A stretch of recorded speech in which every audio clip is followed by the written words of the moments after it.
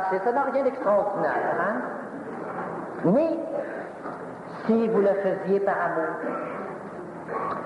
vous avez une voisine qui est entrée à l'hôpital subitement parce qu'elle a eu une attaque là, d'appendicite aiguë. Et puis, c'est tout à l'envers chez elle. Elle est allée pour son départ, puis ses enfants sont partis chez les tantes, là. Puis vous avez vu que toute la cuisine, toute la vaisselle est sale, les lits sont pas faits, tout traîne là-dedans. Puis vous dites, c'est sa journée aujourd'hui de sortie de l'hôpital, il faut que j'aille lui faire un ménage là-dedans. Vous avez les clés, puis vous allez chez elle. Peut-être que chez vous, vous n'en lavez pas de plancher. Vous avez quelqu'un pour faire ça. Alors vous vous rendez là, puis vous commencez, puis vous lavez la vaisselle, puis changer les lits. Puis vous ne savez pas exactement où sont toutes les choses. Là, vous travaillez comme une maudite folle.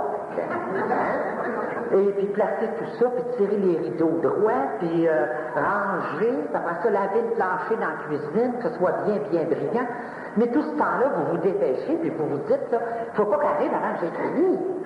J'ai bien hâte de lui voir la face quand elle va arriver. Vous êtes tout à la joie de son visage, parce que c'est dans l'amour. Puis quand elle arrive, hein, vous enlevez votre tablier vite, vite, vite, vous tirez ça en dessous du divan, là, hein, parce que vous n'avez pas le temps d'aller le mettre dans l'armoire, pour que ce soit le plus beau possible. Puis vous surveillez son visage. Puis là, elle est dans la joie. Puis elle dit, ben, est-ce toi qui m'as fait ce beau ménage? T'es donc charmante, t'as donc toujours été gentille. C'est donc extraordinaire d'avoir une amie comme toi. Vous êtes heureux de l'avoir fait. Parce que c'est dans l'amour. Les arts ont le sens du sacrifice, c'est-à-dire de l'offrande vraie, mais à la nôtre aussi. Vous êtes toujours dans la joie. Je vais aller te reconduire tes rêves. Ben non, ça va te faire long. Ben non, il n'y a rien là. Et puis je vais aller te chercher. Puis là, ça téléphone. Ben je vais te prendre en passant. Puis venez donc chez nous. Puis c'est toujours l'offrande dans la joie chez nous, hein? Parce que si ce n'est pas une joie, ça ne peut pas être un sacrifice. Si quand la femme arrive de l'hôpital, t'as dit, c'est toi qui m'as fait ce beau ménage-là. Vous dites oui. Et je vois le verre, elle va su que c'est sale de même, je serais resté chez nous. Je ne pourrais pas te ramasser de temps en temps. Puis, effrayant, la maison, je dirais à l'envers de même. Je serais une maudite foule, ici, moi, depuis le matin, je suis fait fatigué. C'est du bon sens. Alors, du coup d'autre, oui. J'ai-tu demandé comme ça? Si c'est assez dur que ça, ma fille, t'as bien la peine de rester chez vous. Un sacrifice, si c'est dur, ne le faites pas. Hein? Le repas de Noël, hein? Des parents qui travaillent beaucoup après ça, là, puis tout est cher, qui font les dingues, puis les pâtisseries, puis des gâteaux, puis même parfois on peut emprunter une petite somme d'argent pour les cadeaux. Puis là, tout le père travaille après ça, puis fait les petits paquets, puis il y a la taille carte, puis surveille la dingue, tu mets à la nappe, tu mets ce que tu as de plus beau. Quand les gens sont riches, ça va. Mais quand les gens sont pauvres, c'est peut-être un peu plus difficile. Puis il va être content, puis lui, c'est son petit lapin pour André, puis il pense qu'il va aimer ça. Puis là, tout le monde, oh oui, il va aimer ça. Là. Puis quand les enfants arrivent, là, vous les surveillez, hein, c'est vos enfants. Puis là, prends encore, il y en a en masse, mon André, puis prends-en mon Albert, puis toi, ma chouette, serre-toi. Puis j'espère que vous avez tout ce qu'il vous faut. Puis quand tu tapes, là, tu as de la vaisselle jusqu'au plafond, il n'y a pas de chaise à ta place, tout est à l'envers dans cette maison-là, il y a du papier partout, puis du ruban, puis un argot de gaz. Là, tu t'assois, tu dis à ton mari, ça a-tu été beau, hein, c'est fort, ça a bien réussi. Il faut que ce soit une joie, si vous voulez que ce soit dans la zone du sacrifice. Puis quand les enfants arrivent, puis du moment, c'est beau ce réveillon-là, oui, mais regardez-les comme ça, là, parce que c'est le dernier qui se passe.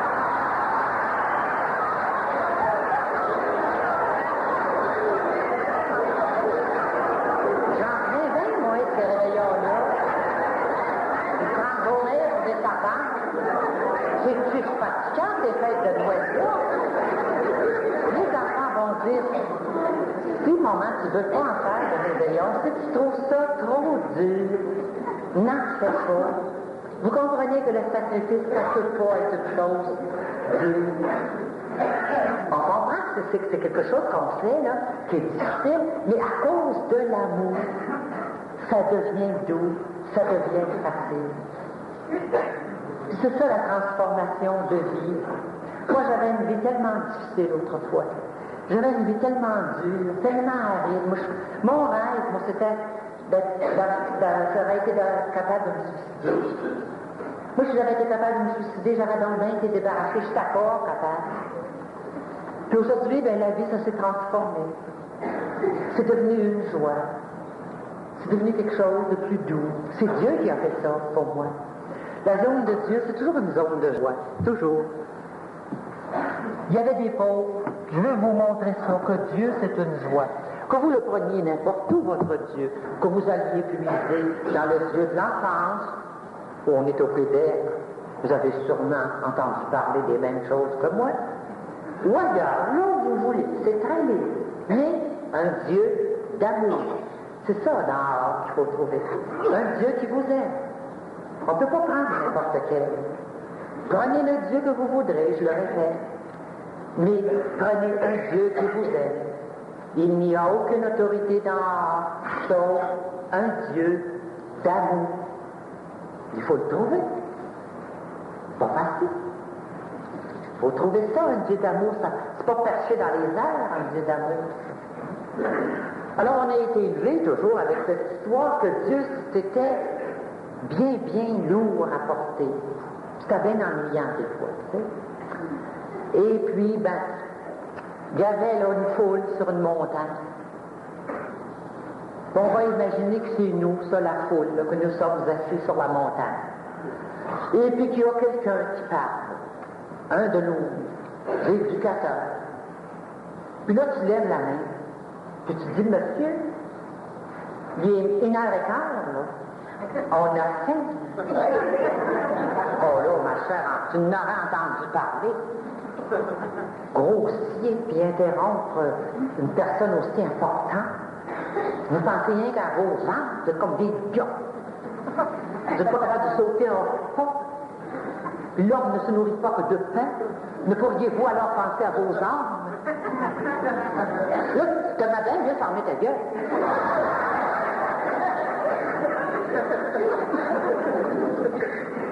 Lui, il était là, puis il parlait sur la montagne, puis il y en a un qui a dit, coudonc, il est tard.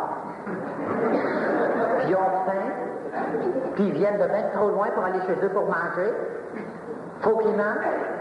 Ouais. Je dis rien, il n'y a pas grand-chose à manger ici. Ouais, ben, regarde, là.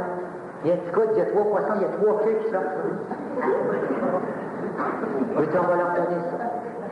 Lui, il n'a pas fait de radio, puis il n'a pas dit, ne pourriez-vous sauter un repas pour la gloire de Dieu? Non, non. Il a dit, j'en voulais des poissons. Et il y en a des poissons. Il y avait trop de poissons. Il y avait bien trop de pain. Il y en a eu trop des moutons de poissons, puis des pains. Je savais pas quoi faire avec ça. Quand on était jeune, il fallait pas jeter une croûte de pain. Dieu, c'est un gaspilleux. C'est l'homme de l'abondance. Ben, oui.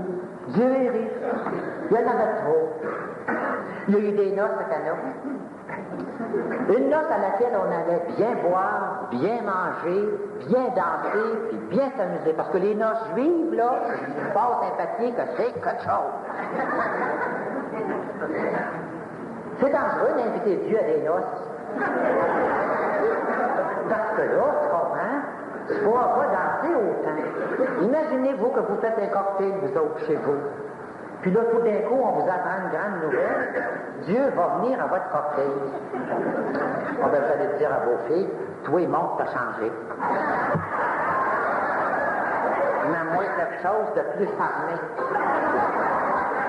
Parce que Dieu s'en vient là, hein?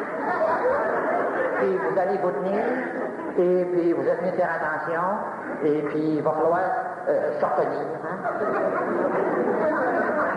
Alors, comme il avait été invité à la noce, ben Dieu est venu à la noce. Puis quand il est arrivé, ils ont dit, on n'a plus de vin. C'est pas comme nous. T'as pas un esprit, toi. Il n'a pas dit, ben, coudonc, vous l'avez bu? Oh, c'est bien. Qu'est-ce que c'est ça? C'est une noce, ben, soulard. Ils ont dit, on n'a plus de vin. Dis-moi, on va danser. Il y en a partout, dans toutes les crousses, les feuillets, il y a tout. Ça tient. Il y a eu trop. trop de vin. Je ne l'invente pas, hein. C'est comme ça dans le texte. Il était trop fort. C'était le meilleur vin, c'était le plus fermenté. Parce que Dieu, voyez-vous, il a toujours le meilleur à vous offrir. Dieu ne nous donne jamais selon nos mérites. Dieu, il donne toujours selon son cœur à lui. Puis le cœur de Dieu, c'est le cœur d'un père pour ses enfants. Vous donnez le meilleur à vos enfants. Alors lui, il offre toujours le meilleur. Là, ils ont encore dansé, puis ils ont eu du fun, puis ils ont swingé jusqu'à 4 heures du matin. Pareil comme nous autres, c'est avec notre café, là. Ils ont eu juste une joie. C'est une joie tout le temps. Vous êtes pas capable de sortir de ça. C'est une joie. Toujours. S'il y a eu des embêtements, c'est probablement parce que ça lui a été imposé. C'est une joie tout le temps. Puis la volonté de Dieu, de nous autres, autrefois, c'était nous. Puis moi, je ne dis pas ça à mes filles, la volonté de Dieu. Je leur dis, tu sais, Dieu a un plan d'amour pour toi. Puis essaye d'accepter ta vie à l'intérieur de ce plan d'amour, parce que tu ne peux pas voir plus loin, mais il y a une réalisation qui s'en vient là pour toi. Mais moi, la volonté de Dieu, je dis plus ça. Parce que la volonté de Dieu, là, quand il est assez mal pris, là, qu'on dit acceptons la volonté de Dieu, il dit OK d'abord. Puis là, il s'en va. Et tu vas dans Albert, ah, j'ai accepté la volonté de Dieu.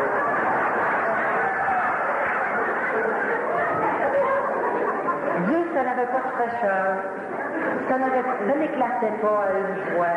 C'était mortel. Hein?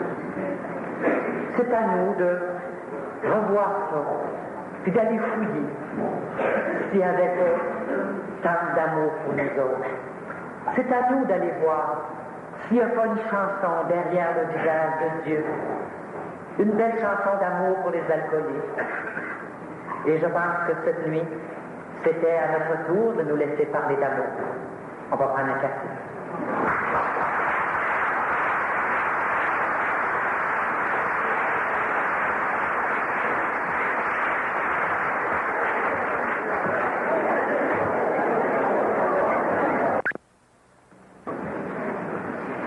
Nous allons terminer cette fois-ci quand même. Il ne faut pas exagérer. Je vais aller un peu plus vite. Mais nous ne pouvons pas sauter par-dessus la troisième étape. La troisième étape, tout dépend de cet endroit où vous avez placé Dieu. Je ne pense pas que Dieu soit dans les airs. Si Dieu est dans les airs, nous aurons cette tendance à envoyer nos vies en l'air, à envoyer nos problèmes en l'air. Et la difficulté, c'est de respecter l'unité de l'être. Si Dieu est dans les airs et que j'envoie ma vie en l'air et mes problèmes en l'air et que moi je reste en bas,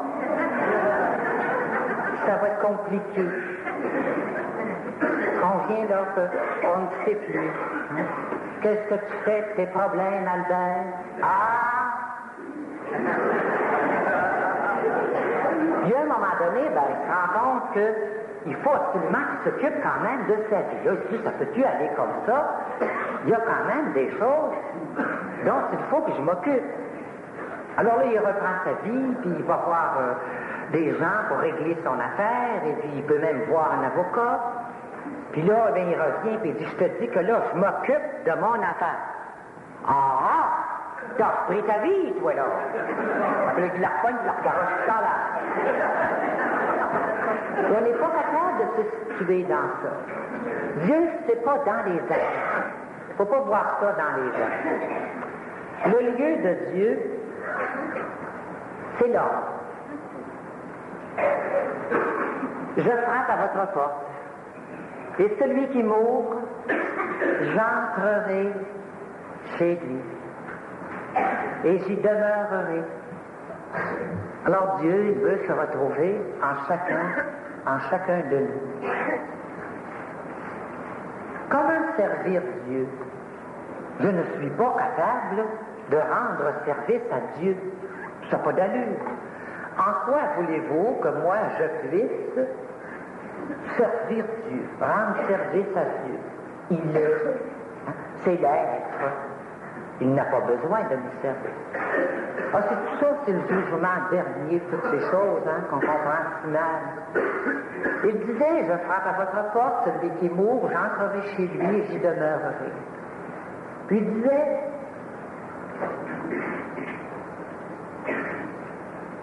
le jugement dernier se sera basé sur ceci. Quand j'ai eu faim, vous m'avez donné à manger.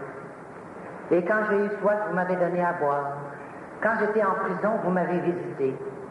Et à cause de cela, venez, les bénis de mon Père. Ça veut dire que les gens n'ont pas compris. Ils vont dire, on t'a jamais donné à manger. Oui, il dit, à chaque fois que vous avez donné à manger à quelqu'un, parmi vous, c'est à moi que vous l'avez donné. Alors Dieu, je ne peux le servir qu'en servant l'autre.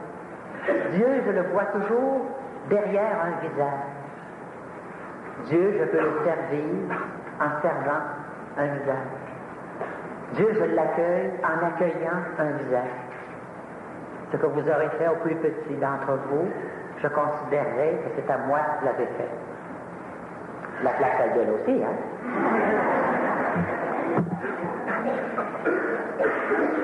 Alors Dieu, si je lui ouvre mon intérieur, dans une coupe pleine, nous avons vu au début que dans une coupe pleine, on ne peut pas rien mettre. Mais ça fait vider un peu. On n'est jamais complètement vidé de notre orgueil, de nos prétentions, mais quand même, il y a un peu plus de place pour l'amour. Alors, dans une coupe un peu plus vide, Dieu peut s'installer. Et la coupe, c'est vous. Et c'est moi. Alors, nous ouvrons la porte et Dieu, il entre en nous. Le lieu de Dieu, c'est vous. C'est à l'intérieur de nous. C'est Dieu accueilli. Si vous accueillez Dieu chez vous, en vous, nous devenons habités. Je suis habité.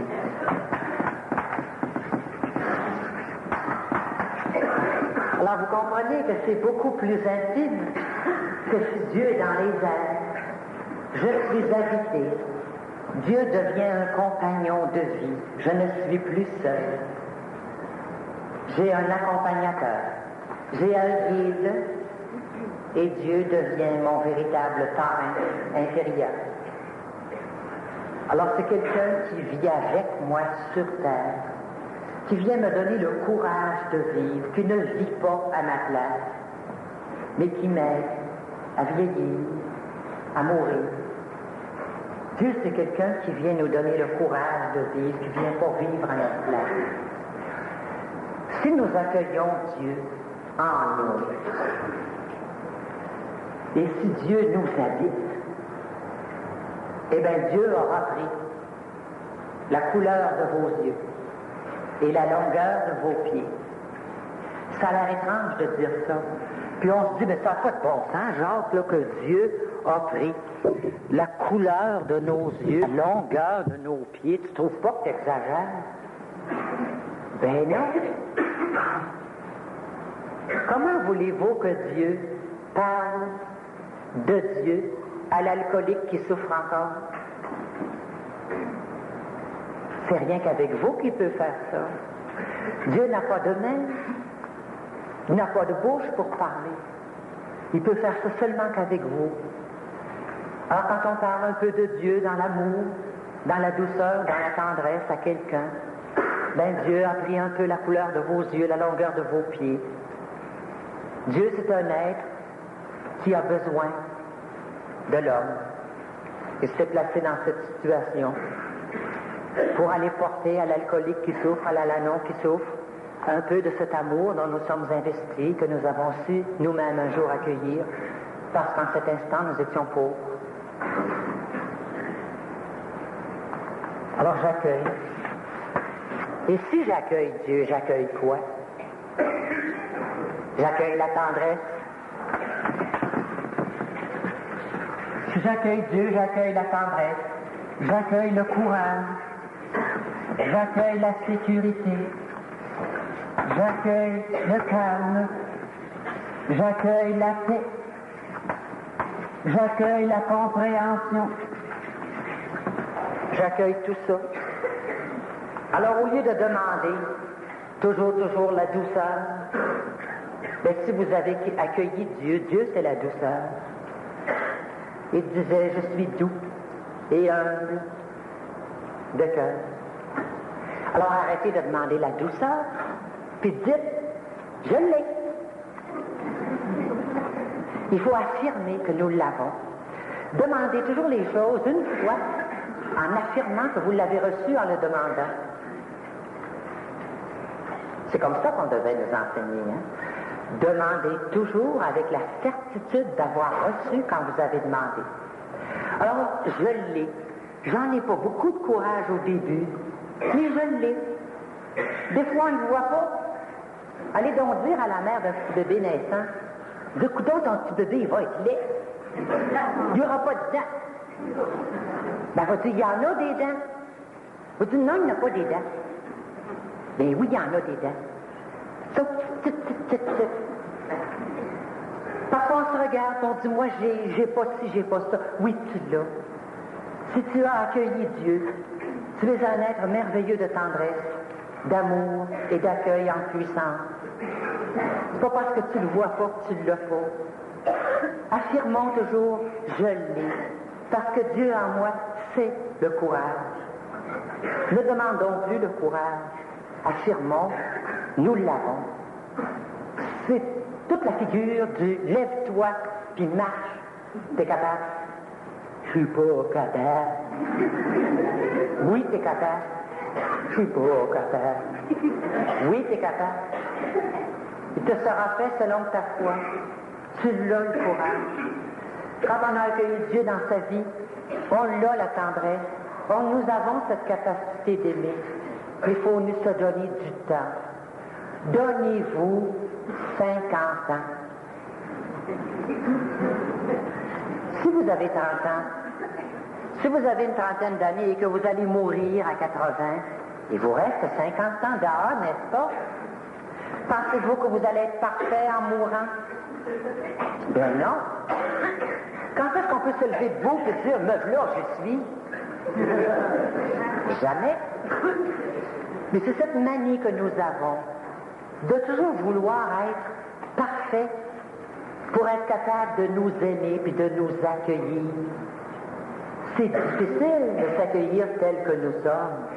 Mais nous sommes des humains. La maladie des hommes, c'est leur éternel regret de ne pas être des dieux. Moi, j'aimerais ça être parfait, doux, tendre, accueillant, toujours aimable, conciliant. Ben oui. Mais là, je rêve en couleur, attends. Ce serait jamais parfait. Alors, si j'attends d'être parfait pour m'aimer, je ne m'aimerai jamais. Puis toute la question, c'est de se laisser aimer par Dieu tel que nous sommes. Parce que c'est l'amour qui transforme.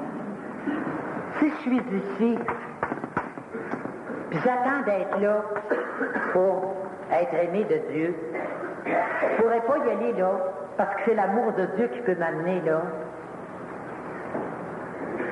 Pensez-vous que je suis plus aimé ce soir que je l'étais quand je suis arrivé au AA en 62, ou que je l'étais quand je suis venu au AA dans les années 50, ou que je l'étais quand je buvais? Je ne suis pas plus aimé ce soir que quand je buvais. AA ne m'a pas rendu meilleur parce que j'étais pas méchant quand je suis arrivé.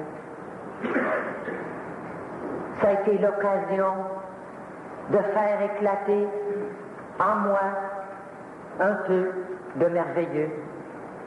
Ça a été l'occasion, à travers ces années, de vivre un peu ce qu'il y a en tout être humain, ce qu'il y a en vous. Un peu plus d'amour, un peu plus de tendresse, un peu plus de compassion, puis un peu plus d'ouverture à l'autre, de vivre un peu plus pour des valeurs vraies, puis moins pour des niaiseries superficielles, c'est tout. Si vous devenez meilleur dans votre vie, faites-le pour vous-même. Faites-le pas pour que Dieu vous aime plus. C'est de la folie furieuse. Vous êtes aimés toujours. Depuis toujours, Dieu nous aime tout le temps et nous appelle par notre nom. Si on devient meilleur, on le fait pour soi-même. Alors c'est Dieu accueilli qui a pris la couleur de nos yeux, la longueur de nos pieds, pour aller parler d'amour à l'alcoolique qui souffre encore ou à l'alanon qui souffre encore. Il nous reste maintenant à voir la quatrième étape. Il va falloir aller assez vite. C'est pas très compliqué, vous savez, une quatrième étape. Ce n'est pas chinois. C'est pas du tout compliqué. Maintenant, je veux insister, ici, c'est très très important. Est-ce qu'en faisant une quatrième étape, je vais trouver la connaissance de soi? Pas du tout. J'espère que jamais de votre vie, vous allez faire une quatrième étape pour savoir qui vous êtes. Parce que dans la quatrième étape, je cherche surtout des déficiences. Alors, vous n'êtes pas que colère. Je ne suis pas qu'orgueil. Ce n'est pas écrit dans le gros livre des alcooliques anonymes que la quatrième étape, ça va vous dire qui vous êtes. C'est parce que dans la quatrième étape, je ne cherche pas de qualité. Vous aurez beau tourner le Big Book à l'envers, tout et tant que vous voudrez, vous ne trouverez pas des qualités dans le Big Book. Nous faisons une quatrième étape, c'est bien écrit, afin de savoir ce qui nous empêche d'avancer. C'est tout. Vous avez une maison, le toit coule ici. Vous faites venir quelqu'un, puis il vous demande qu'est-ce qui va pas. Vous dites c'est ça. Mais c'est pas ça votre maison. C'est pas votre maison, ça. Quand j'ai fini un inventaire moral, j'ai cherché un peu mes ressentiments, les torts que je fais un petit peu aux autres, parce qu'il y en a aussi dans la quatrième, là. Et puis mes raisons d'être colérique, d'être égoïste, mes craintes, c'est à peu près tout. Et vos qualités. Une personnalité, c'est ça. Il y a un petit coin, qui est comme ce petit coin-là ici. Tous nous avons un petit coin, pas rien que les alcooliques, hein. Tous nous avons un petit coin, là, de choses. Hein? C'est ça l'autre limite. On a réglé, évidemment, l'alcool, mais il reste bien d'autres limites. Tu sais, l'affaire, là, la chose, là, que, bon, ça, c'est une autre limite. C'est long. Il faut se donner beaucoup d'années, parfois, pour arriver à bout d'une limite. C'est Bill Wilson, hein? Si vous avez le livre « As Bill Sees It », au numéro 6, qui nous dit que, c'est très rapide pour l'alcool, que c'est alcoolique anonyme, mais que pour les autres déficiences, il faudra du temps, beaucoup de patience et de temps. C'est pas aussi vite. C'est nous autres, les alcooliques, on voudrait être parfaits après 3 mois. Là, on prie 3 mois. Au bout de 3 mois, vu qu'on n'est pas parfait, bon, du coup d'or, la prière, ça vaut rien. Donne-toi 50 ans. Puis encore, tu ne seras pas parfait.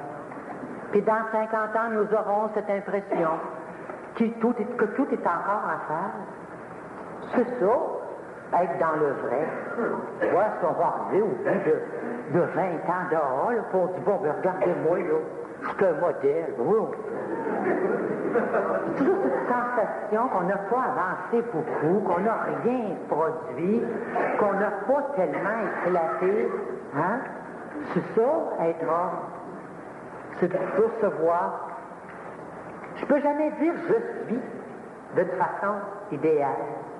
Je suis en devenir. Parce que quand j'ai dit je ne suis plus ce que j'étais. Parce qu'il y a une autre seconde qui vient de passer. Alors on fait un inventaire moral pour savoir ce qui nous empêche d'avancer. On parle dans ça de déficience. La quatrième étape, c'est la même chose que la première. En première étape, il faut admettre que nous sommes impuissants devant l'alcool. La quatrième étape, c'est d'admettre que j'ai des déficiences et que je ne peux pas les changer. Puis après, je vais faire pareil comme la troisième. Je vais demander à Dieu de m'aider sur ces déficiences-là, sur lesquelles je ne suis pas capable de m'améliorer par moi-même. C'est pareil comme pour la boisson. Hein? Alors, le premier point à analyser dans un inventaire moral, c'est de faire la liste. Le point 1. Liste des ressentiments. Ça commence comme ça. On ne sait jamais par quel bout commencer ça. Puis on prend du papier, un crayon, puis on divise la feuille en 3. On fait 2 barres. Dans la colonne de gauche, on va inscrire des noms. Puis au centre, on va inscrire pourquoi. Mais avant, je veux parler de ressentiment. Un ressentiment peut être accompagné de colère et il peut très bien ne pas être accompagné du tout de colère. Les gens me disent, moi j'en fais pas de ressentiment, j'en veux pas à personne, c'est pas ça que ça veut dire. Un ressentiment, c'est sentir. Se sentir de nouveau une blessure qui nous a été faite autrefois. Mais vous pouvez très bien ne pas détester là-dedans. Il y en a qui disent, moi, mon père, ça a été une catastrophe, mais je ne lui en veux plus. Mais quand même, quand tu penses à ton père, ça te revient. Tu sens à nouveau cette enfance malheureuse, peut-être. Alors, c'est ressentir une douleur, une blessure. Ça peut être accompagné de colère et ça peut très bien ne pas être accompagné de colère. Regardez dans le Big Book, c'est une phrase du Big Book. Nous avons regardé nos ressentiments, qu'ils soient accompagnés de colère ou pas. Alors, c'est ressentir une blessure. Alors, on inscrit les noms des personnes. On peut commencer, là, plus jeune, aussi loin qu'on peut se rappeler. Vous n'avez pas besoin de fouiller longtemps pour des ressentiments. Ça monte. Vite, vite, vite. Je te dis que ça, hein? Bon. Alors, tu dis, je suis né à telle place. J'espère que vous en rappelez.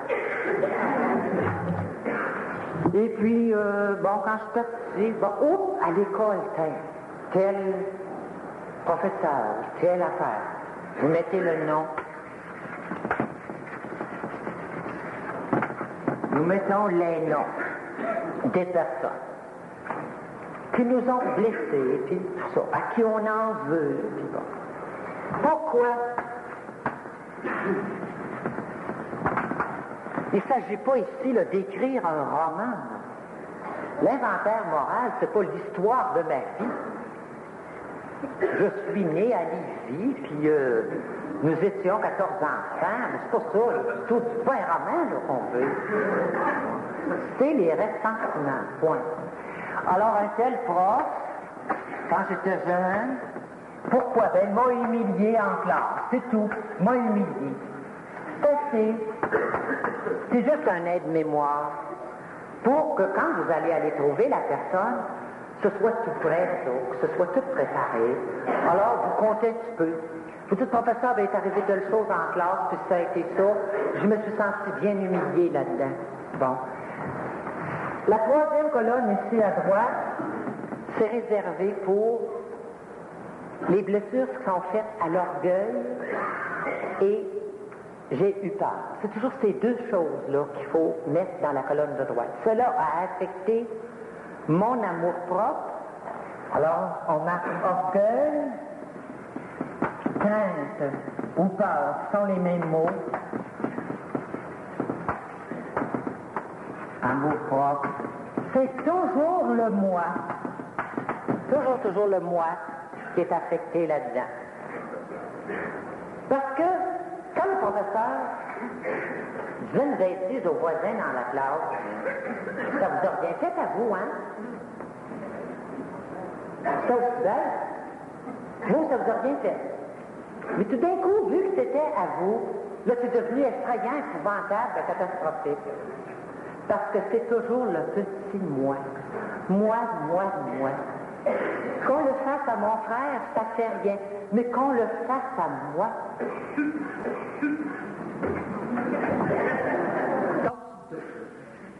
Parce qu'on est bouffé là-dedans. Si nous étions capables de faire abstraction de notre moi, c'est pas possible. Il n'y a plus rien qui nous ferait rien. Sur notre moi qui est blessé, puis moi. Les autres, je peux lui dire n'importe quoi, c'est pas rien. Mais moi, pas pareil. Et puis on s'en va comme ça, là. Hein?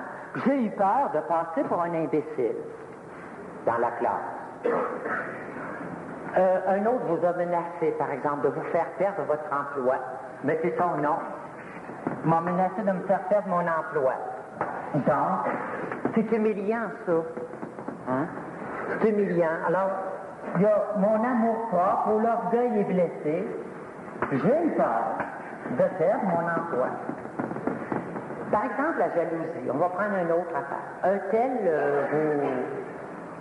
vous avez mis son nom parce que vous aimez pas ça. Vous êtes jaloux, là. C'est un gars, mettons, bonhomme qui a de l'argent. Puis, il vous semble qu'il tourne autour de votre femme. Bon. Alors, vous allez dire, lui, je ne l'aime pas parce qu'il tourne autour de ma femme. Vous allez marquer jalousie ici, mais vous ne pouvez pas le laisser comme ça. Il faut changer ça en orgueil et peur. C'est quoi la jalousie? C'est la peur de perdre l'être aimé.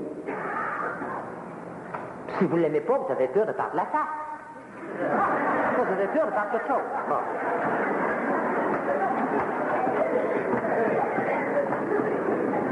Et toujours l'amour-propre dans ça qui est blessé. C'est toujours une question d'amour-propre, d'orgueil, du moi qui est blessé.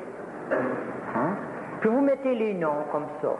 Alors on peut diviser ça, vous pouvez faire l'enfant à l'intérieur de votre vie de famille à vous, ensuite depuis le mariage, au travail aussi, les patrons que vous avez eus, les employés que vous avez eus, puis dans aussi, des fois ça arrive, des petites choses pour des stupidités dans le mouvement, hein, que des fois on va avoir une petite picotage contre quelqu'un d'autre, tu sais, bon. C'est pas jamais très grave, je pense que les membres ne se blessent pas profondément. C'est pas mal toujours au niveau d'une niaiserie. Tu lui as dit que ton message n'était pas si extraordinaire que ça. Ça fait 15 ans, le pauvre dit, hein. Mais c'est jamais très grave. Mais on marque tout ça. Je pense tout le temps que ça, là, ça marche. Que là, il y a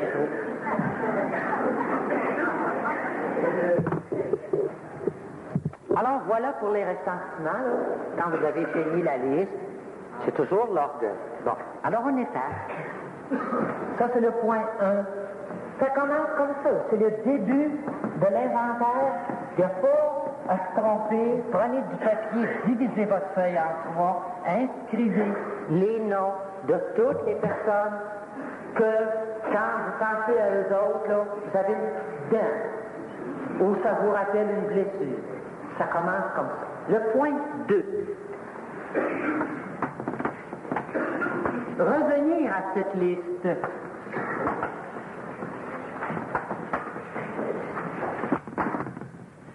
Revenir à cette liste-là, puis regarder les noms qu'il y a là-dedans, puis juste faire une réflexion. Vous regardez ça.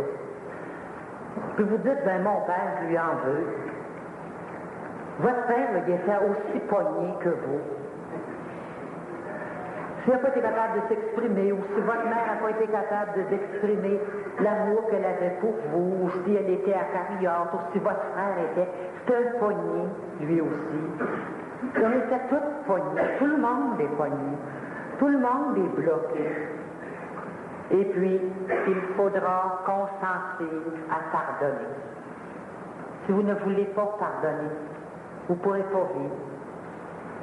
Alors, on n'est pas capable de pardonner. Laissez-moi vous dire que le pardon n'est pas une dimension de l'homme. L'homme est capable de don. Il n'est pas capable de pardon. On dit, mon travail est fait. Dieu seul est parfait. Je suis achevé, c'est une chose. Dieu seul est capable de parachever. L'homme est capable de don. Il n'est pas capable de pardon. Vous pourrez pardonner avec l'aide de Dieu. Seul occupant. En Angleterre, c'est-à-dire en Allemagne, au camp de concentration de Dachau, j'ai été voir ça, moi. L'Angleterre a élevé une très, très belle chapelle. Il faut montrer comme le pardon n'est pas humain. Au-dessus de la chapelle, c'est écrit. C'est très gros. Hein? Nous pardonnons, mais nous n'oublierons jamais.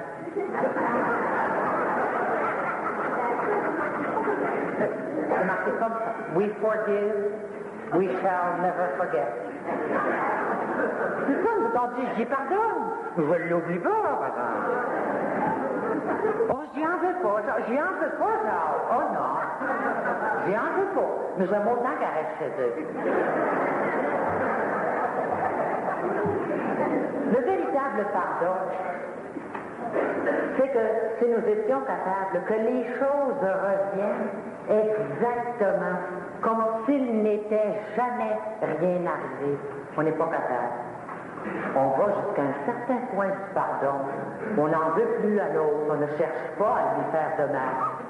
Mais seulement, j'aime autant que ça reste de même. Hein?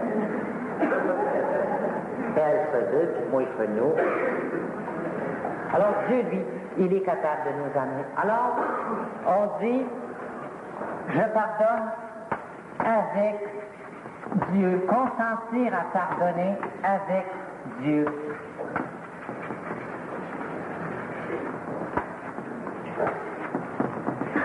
Parce que pardonner, c'est dans l'amour. Alors, nous ne sommes pas capables de pardonner dans l'amour. Je l'ai dit. Là, pardonne-lui. Pardonne-lui par amour. Je ne peux pas relaguer.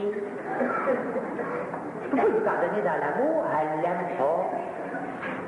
C'est contradictoire. Pardonner. Relaguer. Alors, tu n'arrives pas, ta tête, tu voudrais, mais tu peux pas. Alors, on dit à Dieu, je consens. Je consens à pardonner pour toi qui m'as donné tant de choses, de qui j'ai tant reçu, à cause de toi qui me le demande. Je consens. Je ne suis pas capable de pardonner, mais je consens. Je veux bien. Et Dieu va faire un miracle pour vous. Vous allez oublier totalement. Mais vous ne pourrez pas le faire tout seul. Il ne faut rien moins que Dieu dans la vie pour arriver à des pardons. Ça, c'est le deuxième point de l'inventaire. Pardonner. Pourquoi? Parce qu'ils ne savent pas ce qu'ils font. Ils ne savaient pas ce qu'ils faisaient. C'est ça qu'il faut se dire. Hein? Le troisième point de l'inventaire, toujours avec la liste de ressentiments, c'est assez long dans le Big Book, cette liste de ressentiments que je regarde pour accorder des pardons. Et maintenant, je reprends ma liste et je regarde mes torts à moi vis-à-vis de ces noms-là que vous allez garder ensuite pour la 8e étape. Quel tort ai-je eu, moi?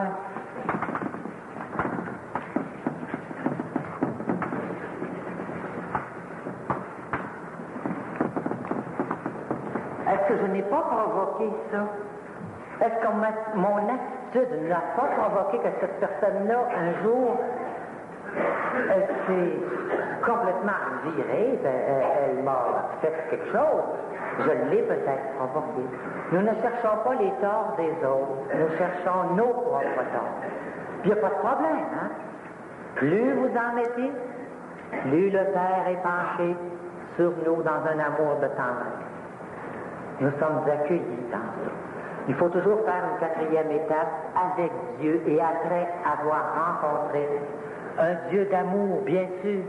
On ne fait pas une quatrième étape tout seul. Le mal de ventre va vous prendre. Puis moi, c'est toujours de l'orgueil. Pourquoi est-ce que vous culpabilisez à cause de l'orgueil? Tout le temps. Nous ne sommes pas mourus, on n'est pas des dragons à 7 têtes. Mais nous ne sommes pas capables d'accepter, nous ne sommes pas capables d'accueillir que moi, un être si brillant, se fut conduit d'une manière aussi dégueulasse. Que l'autre ait fait ça, c'est pas pire. Mais moi, il y en a qui ont mal au ventre dans cet inventaire-là, comme si c'était effrayant, épouvantable. Puis là, puis m'en tremblé, puis m'en vignette, puis tu effrayant, attendez, m'en gendra en train de sauter. C'est dans le cliché toute la vedette. Il faut toujours avoir la vedette quelque part. C'est pas si effrayant, ça. Mon Dieu, défends-toi donc. Je vais étouffer. Mais vu que c'est nos bêtises à nous autres, c'est... Il y a des gens qui...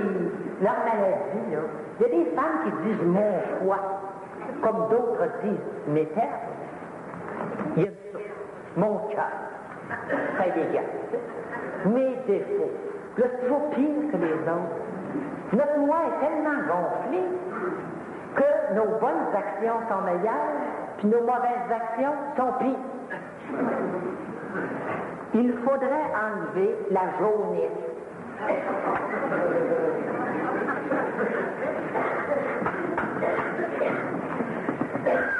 Pas besoin de faire une jaunisse là-dedans.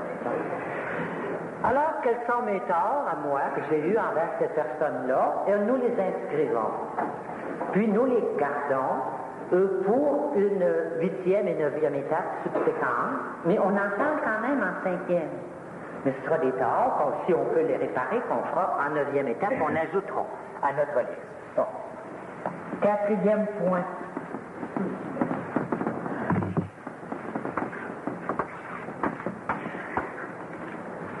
Voir que j'étais, on va marquer ça en français, pogné.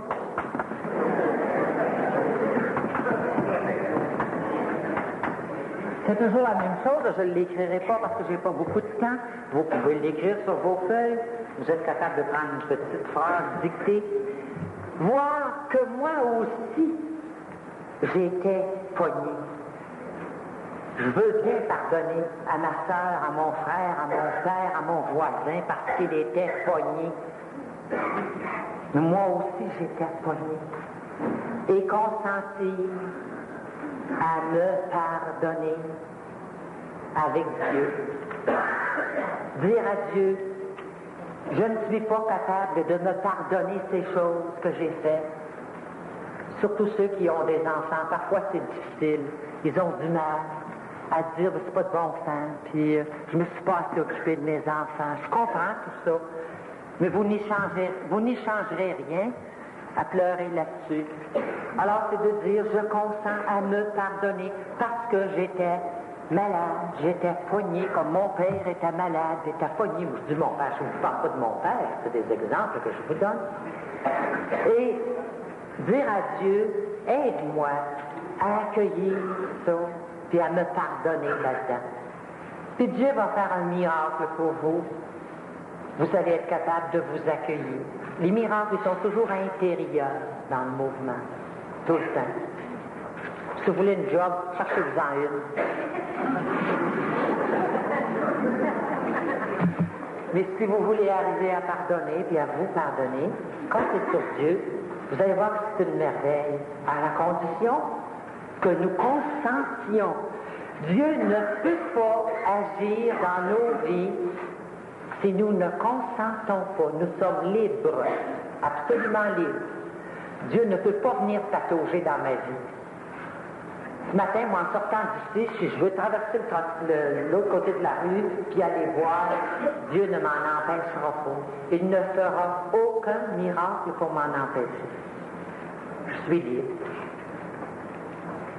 Alors, il faut consentir à ce que Dieu nous prenne en charge et nous amène à ça. Le point 5, c'est pas long, on achève la quatrième. C'est pas, vous voyez, c'est pas malin, le quatrième étape. Ça suit le Big Book, là, aussi fidèlement que possible. Ça, c'est tout là-dedans, là, c'est pas plus compliqué que ça. C'est 4 pages, l'inventaire moral. C'est pas la fin du monde, faire ça, non. Le point 5, là, c'est une autre liste. Là, on était toujours à l'intérieur de cette première liste, hein? Bon. Une deuxième liste, la liste de nos craintes. On écrit toutes nos craintes ou nos peurs.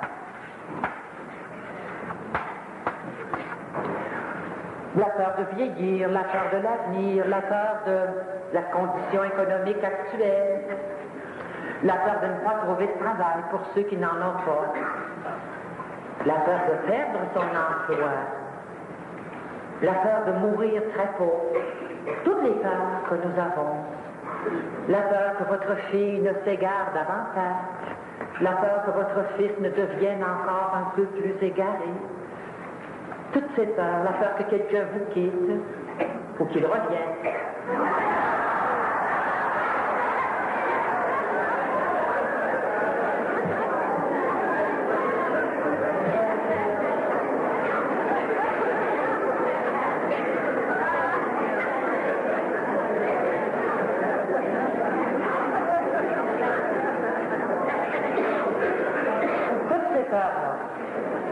Vous les inscrivez. Nous sommes tous habités par quelques peurs, quelques inquiétudes. Hein? On les écrit. Et tout de suite, à l'intérieur de ça, c'est le point 5A, si vous voulez, ou A à l'intérieur de 5. Je vais mettre Dieu ici, là. Vous allez comprendre. Tout de suite, avant même d'aller trouver quelqu'un, en 5e étape, on va en parler de nos craintes en 5e étape, mais tout de suite, on s'arrête après que la liste des craintes est faite, on s'intériorise et dans une prière, on demande à Dieu de prendre toutes nos craintes. C'est un point important. Parce que la crainte est paralysante. On ne peut rien construire dans la peur. Il reste quand même que la prudence est une vertu. Il faut être prudent. Prendre toutes nos craintes et de nous les enlever. Et dans le gros livre, c'est écrit immédiatement, nous commençons à dominer la peur. C'est un point important. Parce que la crainte est paralysante. On ne peut rien construire dans la peur. Il reste quand même que la prudence est une vertu. Il faut être prudent. C'est pas parce qu'on a placé Dieu dans notre vie, là, qu'on peut passer sur les rouges. Parce que là, ça va faire se graver. Vous allez devenir une belle voleuse céleste.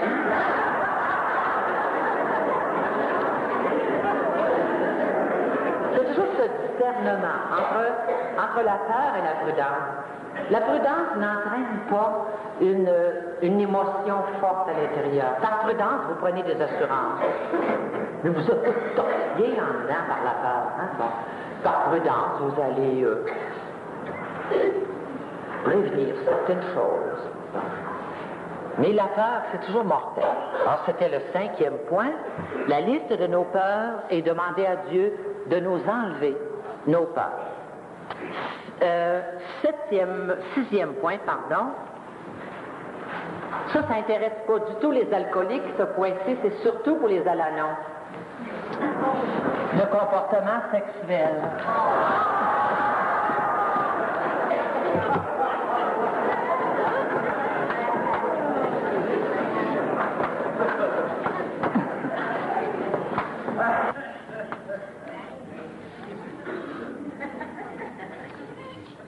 C'est un soin bien chatouilleux.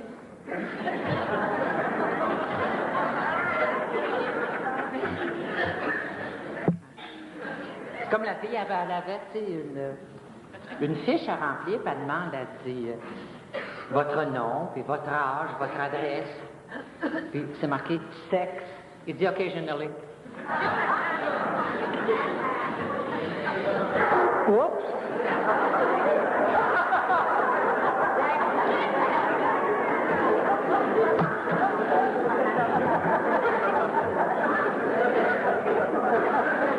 Bon, alors le comportement sexuel. Il faut comprendre ici que ça a été, évidemment, on ne peut pas être très, très dégagé de ça.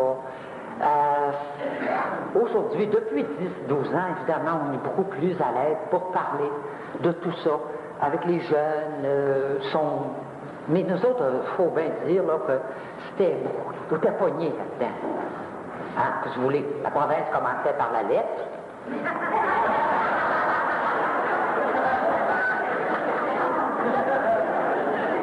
Donc on a entendu parler beaucoup, beaucoup.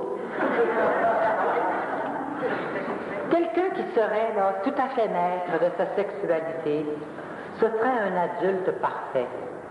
Il n'y a pas d'adulte parfait. L'adulte parfait, ce serait la personne équilibrée, parfaitement équilibrée. L'équilibre à zéro ici n'existe pas. Et la sexualité, ça joue beaucoup dans l'inconscient, le subconscient, toute la base, dans le ça de Freud, hein? Toutes les pulsions instinctives, tout ça. Alors il faudrait être très, très équilibré pour être parfaitement maître de sa sexualité. Comme il n'y a personne d'adulte, c'est dans l'AVC de la psychologie, là, il n'y a rien d'étonnant là-dedans, là. Ben, même parmi les personnes les mieux équilibrées, il y a toujours des ajustements à faire et puis apprendre à toujours s'ajuster. Alors dans les mieux équilibrés, mettons que c'est ici. Si ce n'est pas parfait dans l'équilibre, ça tasse un petit peu ici. C'est pour ça que dans le domaine de la sexualité, même chez les personnes les mieux équilibrées, il reste quand même une certaine prudence. On parlera même de sublimer la sexualité, bien sûr. Hein? Et puis il y a des gens qui se conduisent parfaitement dans le domaine de la sexualité, mais ça ne va pas de soi. Ça demande toujours un ajustement. Il faut toujours beaucoup de prières, et dans ceux qui ont décidé là, de vivre totalement cette dimension-là complètement à part, comme de très bons prêtres qui la vivent, de très bonnes religieuses qui sont appelées à une dimension de célibat bien accueillie et qui sont dans leur vocation. Il y a toujours cette sublimation puis un petit effort à faire. Mais moi, je suis arrivé au AA.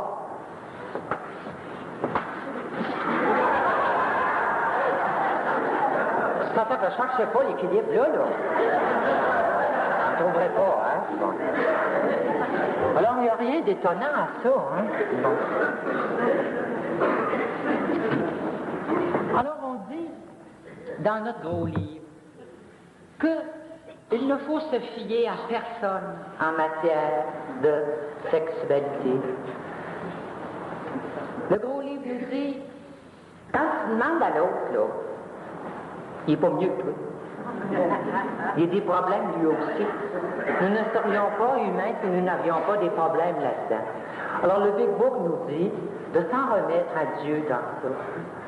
Que Dieu nous aide à trouver notre idéal là-dedans. Et donnez-vous 100 ans.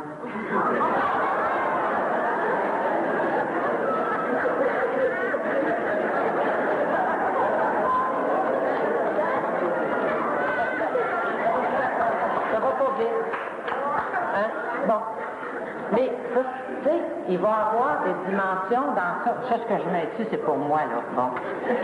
Mais, vous allez voir qu'à travers les années, ça va devenir plus doux. Ça devient moins fou. Ça prend, tu sais, une proportion, là, plus... C'est plus équilibré. C'est moins évaporé. Mais c'est jamais parfait. Parce que c'est bien, hein, dans le As Bill Sees It, là, nous allons mourir orgueilleux, nous allons mourir mesquins, nous allons mourir un peu retournés sur nous-mêmes, nous allons mourir égoïstes, c'est sûr, hein? Ça sera amélioré, mais ce sera pas parfait. Hein? Bon. Alors, il faut se donner beaucoup de temps. Alors, les questions importantes en ce qui concerne la sexualité, c'est quand avons-nous été égoïstes? Quand avons-nous été égoïstes? Pleins de nous-mêmes?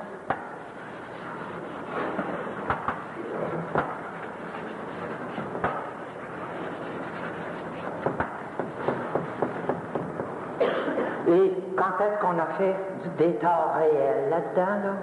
C'est à peu près tout ce qu'on peut faire. Hein? Et puis, comme je disais tantôt, demander à Dieu de nous accompagner dans ça. Et puis, ça prend du temps. Ce qui est le plus long, c'est d'arriver à le désirer, de changer là-dedans. Alors, pour les 20 premières années, on peut demander à Dieu, amène-moi à désirer changer là-dedans.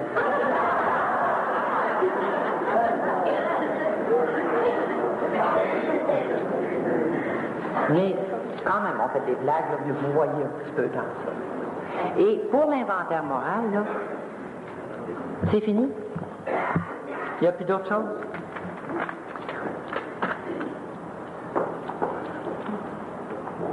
Bon.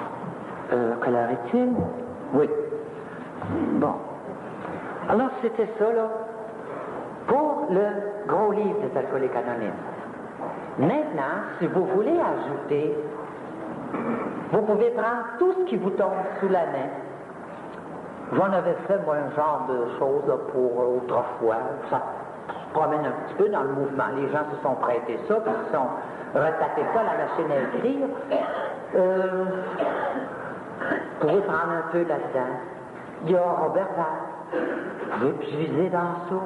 Tout ce qui vous tombe sous la main.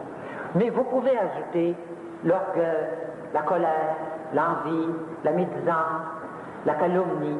Regardez ça. Puis comment ça s'exprime l'orgueil chez certaines personnes? Tu sais, on dit comment s'exprime tel défaut chez moi.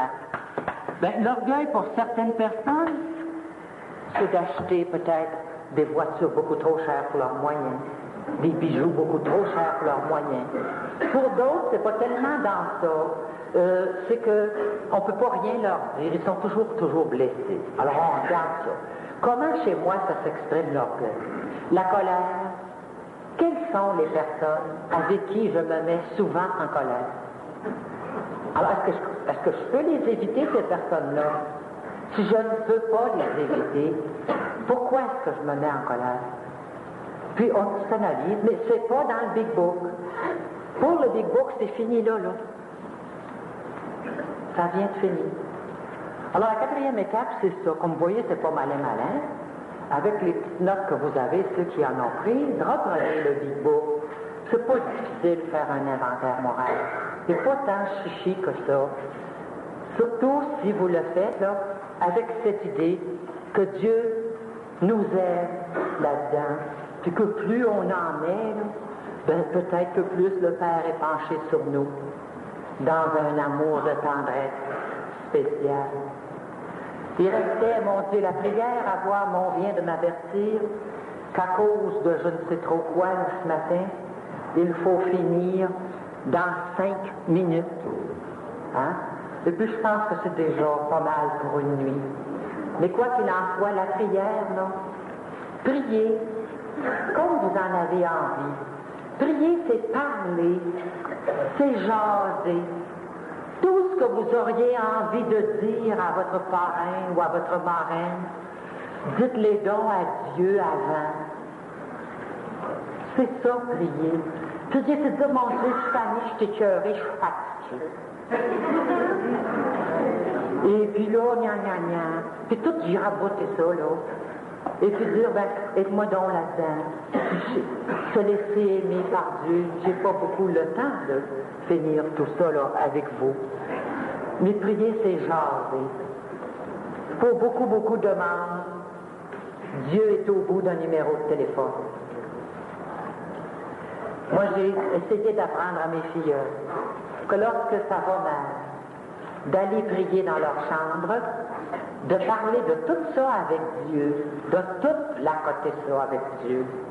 Puis après ça, s'ils veulent me téléphoner, ça fait des téléphones moins longs.